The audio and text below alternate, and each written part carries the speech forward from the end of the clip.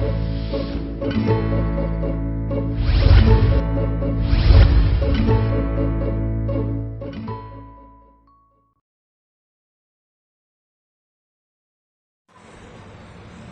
sa inyo mga kaisan, welcome po sa panibagong episode ng channel natin.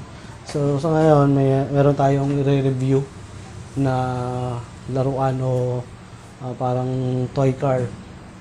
So kung bago pa lang po kayo sa channel namin, di pa kayo nakaka-subscribe, kindly subscribe na po and click yung notification para ma-update kayo sa mga bago namin ilalapag na video. So itong product na to, actually regalo lang to sa aming anak. So happen, hindi naman kasya dito sa bahay. Pero, bago namin ipakita sa inyo yung paano siya umaandar sa labas. Kasi dito sa bahay, masikip eh. Pakita ko muna sa inyo yung tsura. So ito, mapapansin nyo, pag binili nyo to, hindi pa siya naka-assemble, lalo na itong gulong. Pero ito, buo na to. Ito lang gulong. So mapapansin nyo to, yan, may takip yan. Ito, pag binili nyo, nakahiwalay yan. Meron dyang, kumbaga, ito, pinaka-cover lang to. Kumbaga, ipapasok nyo yan dito. Yan. May bakal yan dito. Yan. So, pag nalagyan nyo ng bakal, pakita ko sa inyo yung parts yung pyesa. Para may idea kayo kung paano ikabit. Meron naman silang libreng tools eh. Kumbaga, lalagyan mo siya ng washer. May mga kasama yan. Pakita namin sa inyo. Yan. Yan ito. Pag naipasok mo yung bakal, papasok mo yung gulong, tapos ilalagay mo to. Tapos may butas doon, parang lalagyan mo ng kawad. Tingnan ko meron pa ditong kawad. Ito. Yan. Ito yung ipapasok. Di ba, ipapasok mo yung tubo dito sa gulong. Tapos ipapasok mo siya, nakalabas. May butas yung tubo na yun, ilalagay mo to, tapos igaganon mo siya para hindi matanggal. So after that, saka mo ilalagay ito. Make sure yung kabila, sa kabilang gulong, umabot din yung pinakabutas. Kasi may tendency ang nangyari, hindi siya umabot. So ang ginawa namin, hinila pa namin yung tubo para lang magpantay. So meron naman silang mga may mga tornilyo naman silang binigay. So, kapag bumili kayo nito, meron kayong mapiprint na ganito, relo. Hindi ko pa alam kung paano gamitin to eh. Dalawa yan. Dalawa yung magiging free pag bumili kayo niyan. So, aside dyan, meron silang may mga extra. Ang tawag nila dito, washer eh. Ito, may takip to. Kasi pag tinanggal mo to, pag wala pa to, nakatakip to doon sa pinakabakal. Tatanggalin nyo. Hindi ko na naipakita sa inyo yung pinaka-actual ng pagkuha nito eh. Kasi inassemble na namin. So ito naman yung pinaka-side mirror. Yan. Kakabit nyo yan dito. Sa gilid. So ikabit natin yung iba. Ito pala yung remote to. So yung remote nyan, syempre may battery. Mamaya pakita namin sa inyo kung paano. Ito yung charger niya para naman dito. Ito yung remote. Pwede nyo kontrolin yung takbo ng sasakyan para hindi ma-disgrasya yung bata. So yan. Pakita namin sa inyo. Yan. Pag nakikabit nyo na yung both side na yan, ito, mapapansin nyo ito, hindi pa ito nakakabit. Pag binili mo, ikakabit mo pa siya. Ito yung nilalagay sa likod. So dito yan. Yan. Ibabaon mo lang yan. Baon nyo lang. Ganun lang maging tsura niya. Parang sandalan. So, ito. Meron din nilalagay. Ito. Buo na sa dyato. Nilalagay nyo lang yung mga sticker. Kung mapapansin nyo yung mga sticker dyan, hindi pa nakakabit. Kayo pa lang yung magkakabit. Yan. Yan, maganda itong gamitin sa mga rough road, sa maluluwang na karsada. So yan, yung mga sticker, kakabit nyo yan. Yan, meron siyang seatbelt. So, pakita natin yung loob. So, mapansin nyo dito, mayroong nakalawit na wire. So, ang gagawin natin dyan, ito yung manubela. Yan.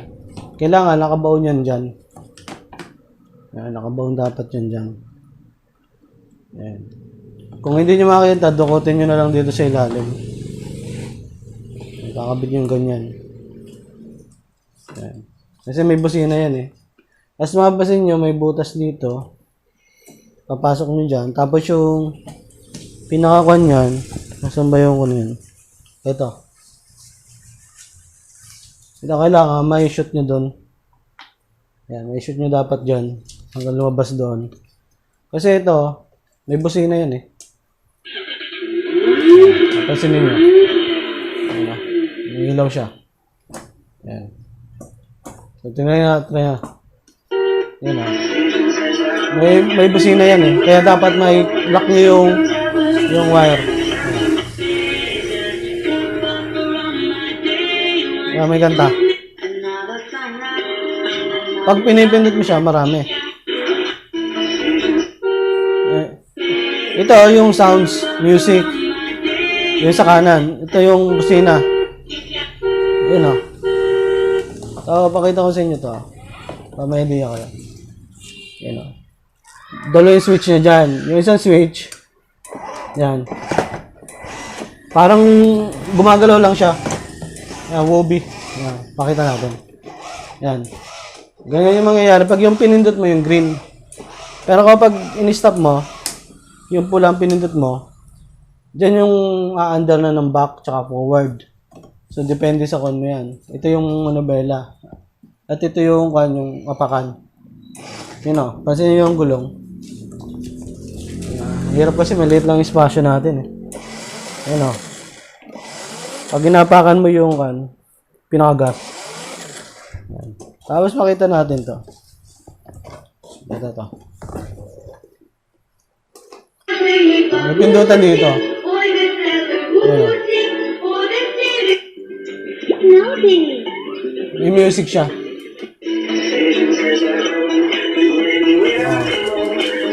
You know. Thoughtful Friend by Cynthia Porter. Pwede ka rin magsaksak dyan ng USB. Pwede ka rin magsaksak dyan ng USB na may music. Mag-play siya. So ngayon, testingin natin yung pakita ko muna sa inyo kung saan ginacharge. Dito. Ito, bukasan yan. Yan.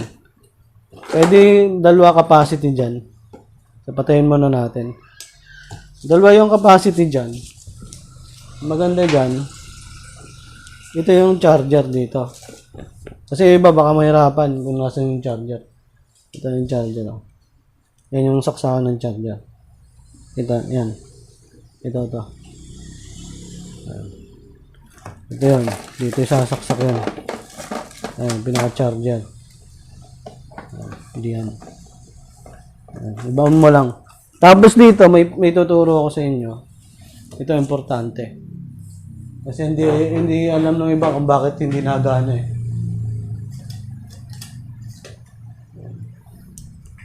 Wala pala.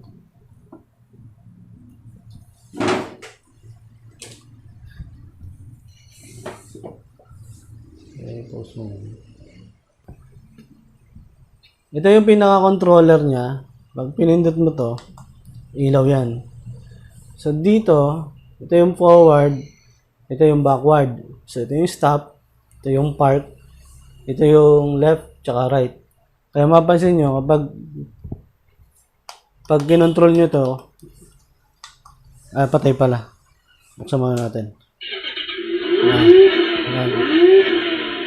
Kung halimbawa, nasa krasada kayo, gusto nyo nung ma-safe yung bata, lalo na kung mabilis siya magpatakbo, pwede mong i-stop, pwede mong iliko, pwede mong i-park. So, yan. Pansin na, tingnan nyo. Pinindot ko, di ba? Gumalaw yung gulong. Yan. Pansin niyo to, itong manubela, gumagalaw din, oh. Ito. Yan, oh. Yan, oh. Pag nilelep ko siya, nira-right ganyan. So, pag ito, pinaandar ko dito, magbabark forward dyan. Yan. Tapos ito, pag abante, yan.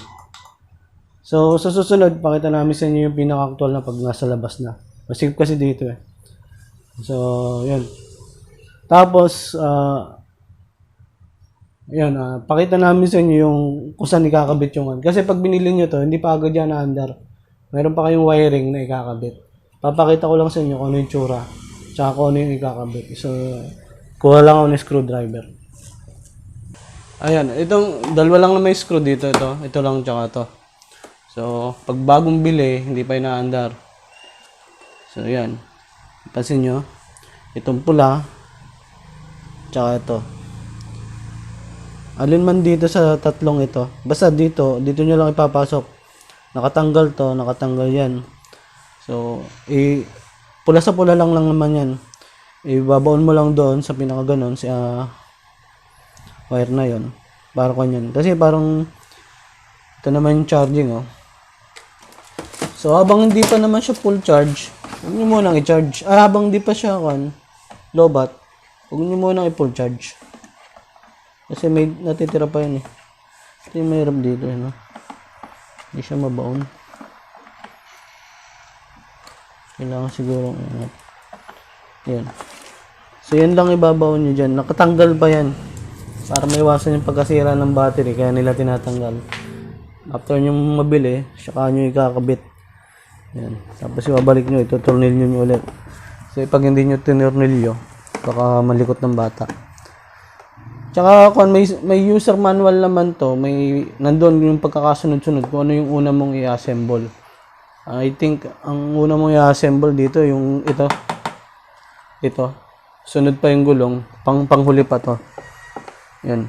Kung interesado kayo dito, mag-iwan ako ng link sa description box. Makita nyo dun yung may iba pang kulay ito. Meron tong blue, white, tsaka orange.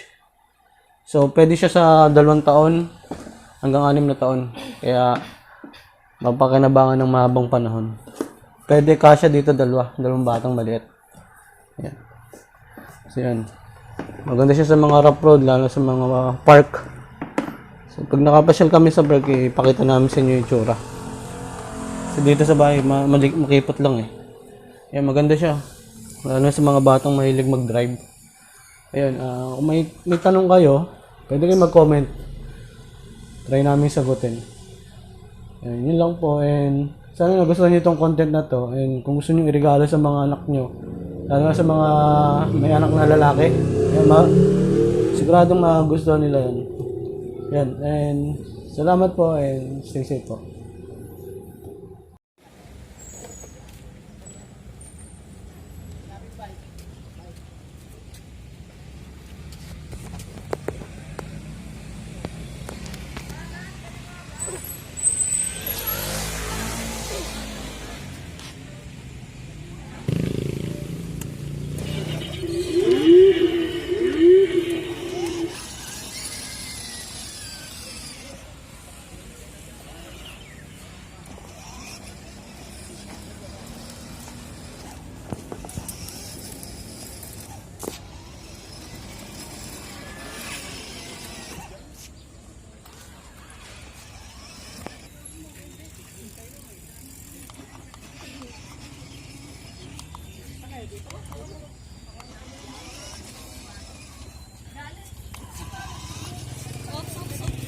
Wheel atras okay.